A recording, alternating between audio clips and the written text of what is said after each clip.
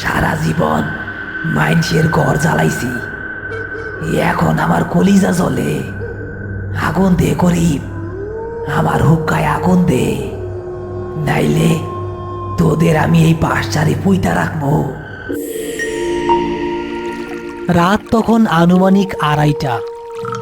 আকাশ ভেঙে বৃষ্টি না হলেও বাতাস ভিজে ভারী হয়ে আছে।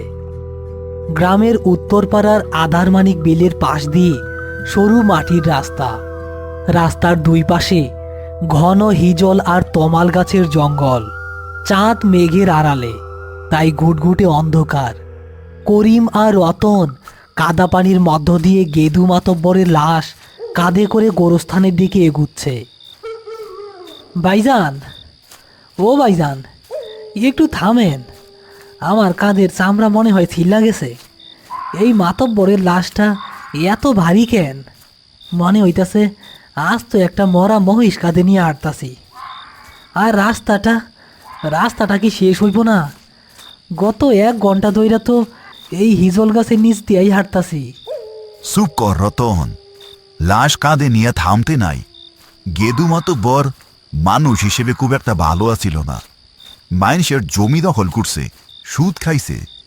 পাপের বোঝা ভারী হয় রে ভাই। লাশ ভারী হওয়ার একটাই কারণ, আর রাস্তা শেষ হইতাছে না কারণ আমাগো চোখে নজর ঠিক নাই। দোয়া ইউনুস পর। দোয়া তো পড়তাছি ভাইজান, কিন্তু ভাইজান, একটা গন্ধ পাইতেছেন? কিসের গন্ধ? মরা ইঁদুরের? বিলে মরা জানোয়ার বাসতে পারে। না ভাইজান, ইঁদুর না, পোড়া তামাকের গন্ধ। কড়া একটা তামাকের গন্ধ। গেদু মতো বাইসা থাকতে যেমন হুক্কা টানতো, ঠিক সেই রকম গন্ধ। মনে হইতাছে কেউ আমাকে খুব কাছে বসা হুক্কা টানতাছে। বাতাসের দোষ রতন, মাতব্বর তো মারা গেছে, এখন হুক্কা টানবো কে? তুই মনের ভূত দেখতাছস। পাঁচালা, ওই তো সামনে বাঁশঝাড় দেখা যাইতাছে, ওইটা পার হইলেই গোরস্থান। তারা বাঁশঝাড়ের কাছাকাছি এলো। বাঁশঝাড়ের ভেতর দিয়ে বাতাস প্রবাহিত হওয়ার সময় এক অদ্ভুত শব্দ হলো, যেন বাঁশগুলো একে অপরের সাথে ঝগড়া করছে। খাটিয়ার ওপর গেদু মাতব্বরের লাশটা সাদা কাফনে মোড়ানো, কিন্তু তার শরীরের গঠন বিশাল হওয়ায় কাফনটা টান টান হয়ে আছে। হঠাৎ খাটিয়াটা করিমের কাঁধের ওপর প্রচণ্ড জোরে একটা ঝাঁকুনি খেল। মনে হলো খাটিয়ার ওপর শুয়ে থাকা লাশটা পাশ ফিরল। আহ রতন, খাটিয়াটা এমনি নড়াইতাছস কেন? ঠিক মতো ধর। আমি তো নাড়াই নাই ভাইজান, লাশটা নড়ছে ভাইজান। আমি স্পষ্ট টের পাইলাম লাশের পা আমার পিঠে গুতা দিল। মাতব্বরি করিস না রতন, মরা মানুষ গুতা দেয় না, হয়তো রাস্তা উঁচা মিশা। করিম আবার হাঁটতে শুরু করলো, কিন্তু তার বুকের ভেতরটা ধকধক করছে, কারণ সেও অনুভব করছে লাশের মাথাটা তার ঘাড়ের কাছে নড়ছে, এবং সেই পোড়া তামাকের গন্ধটা এখন এত তীব্র হয়েছে যে দম বন্ধ হয়ে আসার উপক্রম। হঠাৎ অন্ধকার বাঁশঝাড়ের ভেতর থেকে একটা খসখসে গলার আওয়াজ ভেসে এলো। আওয়াজটা খুব কাছে, মনে হচ্ছে খাটিয়ার উপর থেকেই আসছে। আগুন দিবি না ও করিম? হুক্কায় আগুন দিবি না? ভাইজান, লাশ তো কথা কয়, ও আগুন চায়। করিম টর্চ লাইটটা জ্বালানোর চেষ্টা করলো, কিন্তু ভয়ে তার হাত কাঁপছে। টর্চের আলো জ্বলে উঠতেই তারা এক ভয়াবহ দৃশ্য দেখল। খাটিয়ার উপর শুয়ে থাকা গেদু মাতব্বরের লাশের মুখের বাঁধন খুলে গেছে। কাফনের কাপড় সরে গিয়ে তার মুখটা বেরিয়ে এসেছে। গেদু মাতব্বরের চোখ দুটো টকটকে লাল এবং খোলা। সে শুয়ে নেই, সে খাটিয়ার উপর উঠে বসেছে। তার 2 হাত বাড়িয়ে সে করিমের দিকে তাকিয়ে আছে। আর তার মুখ দিয়ে একটানা কালো লালা বের হচ্ছে। সারা জীবন মাইনসের ঘর জ্বালাইছি, এখন আমার কলিজা জ্বলে। আগুন দে গরিব, আমার হুক্কায় আগুন দে, নাইলে তোদের আমি এই বাঁশঝাড়ে পুইতা রাখবো। রতন, খাটিয়া ফালা। ভাইজান, খাটিয়া তো আমার কাঁধের লগে আঠা দিয়া লাইগা আছে, আমি নামাইতে পারতাছি না, ও আমারে জড়ায়া ধরছে। গেদু মাতব্বরের লাশটা এবার তার বিশাল হাত বাড়িয়ে রতনের ঘাড় চেপে ধরল। লাশের শরীরে এক অমানবিক শক্তি। সে বসে থাকা অবস্থাতেই রতনকে খাটিয়া সমেত নিজের দিকে টেনে নিতে চাইল। করিম সামনের দিকটা ধরে প্রাণপণ চেষ্টা করছে রতনকে বাঁচাতে। সার শয়তান, তুই মরা মানুষ, তোর জায়গা কবরে। কবর? আমার কবর নাই, আমি আগুন চাই। আগুন না দিলে আমি তোদের ঘাড় মটকাবো। লাশটা রতনের ঘাড় মোটকে দেওয়ার জন্য চাপ দিতে শুরু করলো। রতনের চোখ উল্টে যাচ্ছে। বাঁশঝাড়ের বাঁশগুলো ঝড়ের বেগে দুলতে শুরু করেছে, যদিও কোনো ঝড় নেই। চারপাশ থেকে শিয়ালের হুক্কা হুয়া ডাক আর গেদু মাতব্বরের পৈশাচিক গর্জন মিলে এক নাটকীয় পরিবেশ তৈরি হয়েছে। করিম বুঝতে পারল সাধারণ শক্তিতে এই প্রেতাত্মার সাথে পারা যাবে না। ভাইজান, ভাইজান, ভাইজান, বাঁচান, বাঁচান ভাইজান। সার, সার শয়তান, আমার ভাইয়ের গলা সার। করিম নিজের হাতের মোটা লাঠিটা দিয়ে সজোরে গেদু মাতব্বরের হাতে বাড়ি মারল। খটাস করে একটা শব্দ হলো, যেন পাথরে বাড়ি লেগেছে। লাশের হাতে এতটুকু আঁচড়ও লাগলো না, উল্টো করিমের হাতের লাঠিটাই ছিটকে দূরে পড়ে গেল। মারবি, আমারে মারবি? আমি তো মইরাও জ্যান্ত, আমারে আগুন দিয়ে করিম, আমার কলিজা জ্বলে। আগুন না দিলে আমি ওরে সিবাইয়া খামু। তুই আগুন চাস না? খারা, তোরে আমি আগুন দিতাছি। করিমের হাতে ছিল হ্যারিকেন। সে দ্রুত হ্যারিকেনের চাবি ঘুরিয়ে সলতেটা একদম বাড়িয়ে দিল। আগুনের শিখা দাউ দাউ করে বেড়ে কাছের চিমনি কালো করে ফেলল। করিম সেই জ্বলন্ত হ্যারিকেনটা লাশের মুখের একদম কাছে ধরে একটা হুঙ্কার দিল। এই নে আগুন, এই আগুন এই তোর পাপ পূর্ব। সার ওরে, নাইলে আমি তোর কাফনে আগুন ধরাইয়া দিমু। তোর লাশ আর কবর পাইব না, ছাই হয়ে যাইব। আগুনের তাপ লাশের মুখে লাগতেই গেদু মাতব্বর এক পৈশাচিক আর্তনাদ করে উঠল। তার পোড়া তামাকের গন্ধওয়ালা মুখটা কুঁচকে গেল। আগুনের ভয়ে লাশটা রতনের গলা থেকে এক হাত সরিয়ে করিমের হাত থেকে হ্যারিকেনটা থাবা দিয়ে ফেলে দেওয়ার চেষ্টা করল। সরা, আগুন সরা, জইলা গেল, জইলা গেল। রতন, জাকি দে, কাত থাইকা খাটিয়া ফালা, তাড়াতাড়ি ফালা, কাত থাইকা খাটিয়া ফালায়া দে। ইয়া আল্লাহ! রতন এবং করিম দুজনে মিলে একসঙ্গে শরীরের সমস্ত শক্তি দিয়ে খাটিয়াটা কাত করে দিল। গেদু মাতব্বরের বিশাল লাশটা ধপাস করে বাঁশঝাড়ের কাদামাটিতে আছড়ে পড়ল।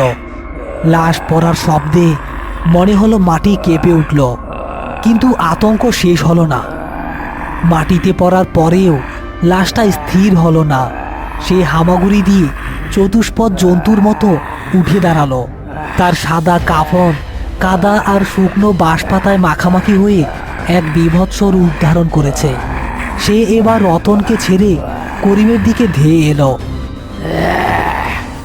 তুই আমার হুক্কা ভাঙছস, তুই আমারে মাটিতে ফালাইছস, আইজ তোরে আমি মাটির নিচে নিয়ে যাবো। রতন, বাঁশঝাড়ে শুকনা পাতা জড়ো কর, আগুন জ্বালাইতে হইব। অপশক্তি আগুন আর ধোঁয়া সহ্য করতে পারে না। ভাইজান, ও তো আপনার ঘাড়ে আইসা পড়ল। লাশটা করিমের উপর ঝাঁপিয়ে পড়ার ঠিক আগ মুহূর্তে করিম নিজের গামছায় দেশলাই দিয়ে আগুন ধরিয়ে দিল। তারপর সেই জ্বলন্ত গামছাটা সে ছুঁড়ে মারল লাশের মুখের ওপর। আগুন লাগতেই লাশটা এমনভাবে ছটফট করতে শুরু করলো যেন কোনো জ্যান্ত মানুষ আগুনে পুড়ছে। সে তার হাত দিয়ে মুখের আগুন নেভানোর চেষ্টা করতে লাগলো এবং মুখ দিয়ে অমানবিক স্বরে গালিগালাজ করতে লাগলো। এই সুযোগ রতন, দরিয়ান খাটিয়া দড়ি দিয়া ওরে আবার বাঁধতে হইব।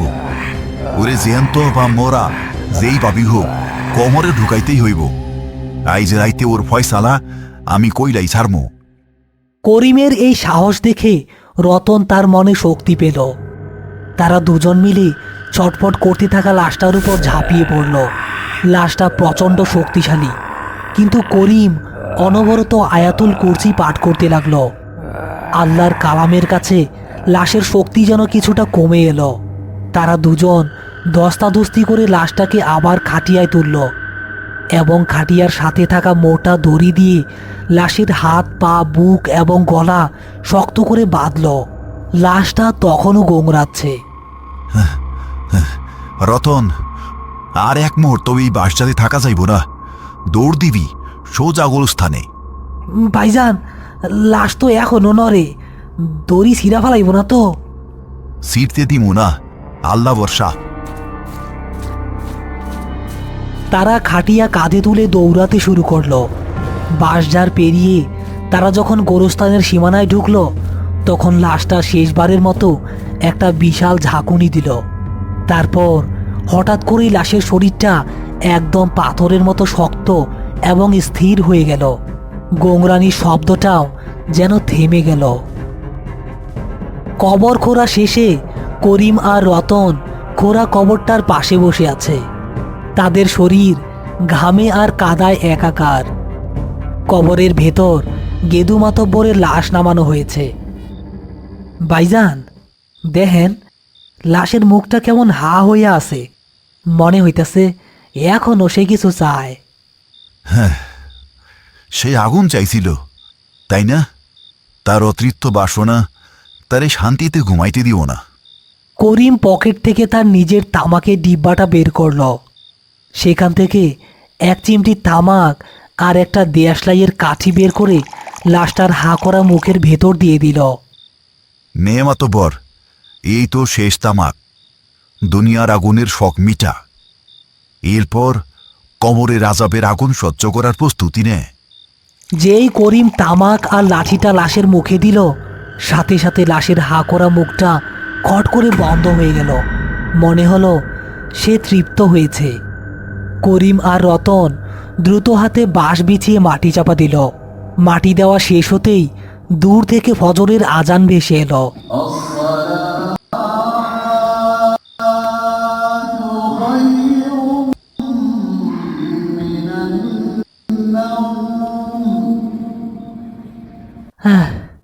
ভাইজান, জানটা কোনো মতে হাতে নিয়ে ফিরলাম। এই গেদু মাতব্বর বাইসা থাকতে তোমার সেরে জ্বালাইছেই, মই রাওয়া মাগো জ্বালায়া গেল। যার যেমন কর্ম তার তেমন মরণ। চল, হাত পা ধুই। আমার শরীরে এখন ওই পোড়া তামাকের গন্ধ লাইগা আছে। তারা গোরস্থান থেকে বেরিয়ে এলো। ফেরার পথে রতন একবার পেছনে তাকালো। ভোরের কুয়াশায় নতুন কবরটা দেখা যাচ্ছে। রতনের মনে হলো কবরের মাটি ফুঁড়ে হালকা ধোঁয়া বের হচ্ছে, যেন মাটির নিচে কেউ হুক্কা টানছে। রতন ভয়ে তাড়াতাড়ি পা চালিয়ে করিমের পাশে চলে এলো। গ্রামের মানুষ জানতেও পারল না গত রাতে এই বাঁশঝাড়ে কি ভয়াবহ যুদ্ধ হয়েছে। শুধু জানল গেদু মাতব্বর এখন মাটির নিচে। কিন্তু করিম শেখ জানে কিছু কিছু মানুষ মরে গিয়েও তাদের স্বভাব ছাড়ে না। তারা কবরের অন্ধকারকেও তাদের পাপের ধোঁয়ায় আচ্ছন্ন করে রাখে।